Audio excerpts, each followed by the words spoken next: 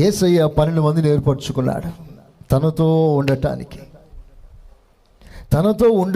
అంటే నమ్మకస్తులై ఉండాలి.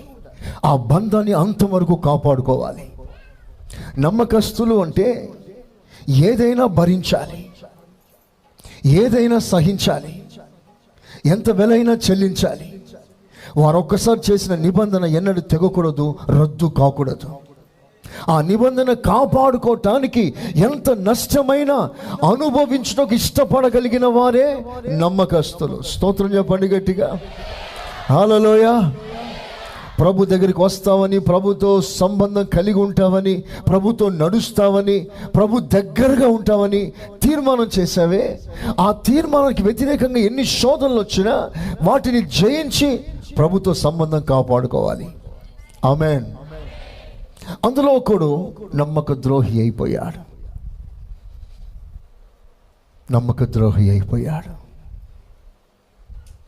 తనతో ఉండవలసిన, యేసయ్యతో ఉండవలసిన శిష్యుడు వేరే వాళ్ళతో ఉండడం మొదలుపెట్టాడు. వేరే వాళ్ళతో తనకు లాభం కలిగించేవారు, స్వలాభాన్ని వెతికేవారు, యేసయ్యకు వ్యతిరేకంగా మాట్లాడేవారు, యేసయ్యను చంపటానికి ప్లాన్ చేసేవారు, వారందరితో కలవడం మొదలుపెట్టాడు. ఆ తర్వాత అతనికి దొంగ మనసు వచ్చేసింది. తనకివ్వబడిన ఆ కానుక సంచిలో నమ్మకంగా లేడు,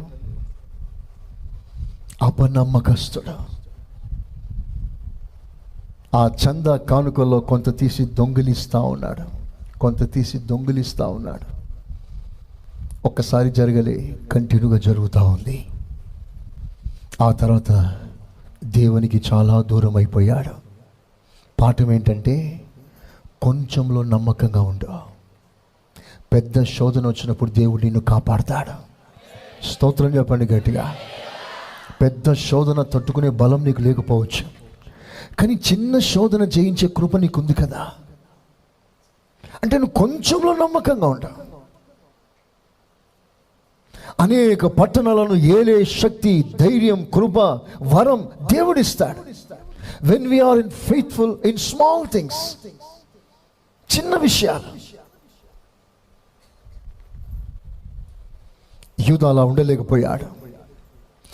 ఎందుకు మనం ప్రభుతో ఉండటానికి నమ్మకత్వం కావాలి అంటే, ఒకరోజు నమ్మకస్తులైన వారందరినీ దేవుడు తన కూడా పెట్టుకొని ఈ లోకంలో తిరుగులాడుతున్న ప్రతి దురాత్మ సమూహాన్ని, ప్రతి అపవాదిని, ప్రతి సైతాన్ శక్తులను సమూలంగా నిర్మూలన చేయటకు, సమూలంగా నాశనం చేయటకు, ఈ భూమి మీద 1000 ఏళ్ల పరిపాలన ప్రారంభించుటకు, నిత్య రాజ్యాన్ని స్థాపించటానికి దేవునికి కొందరు నమ్మకమైన వారు కావాలి.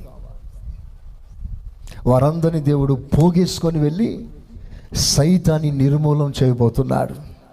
చేతులెత్తి స్తోత్రం చెప్పండి.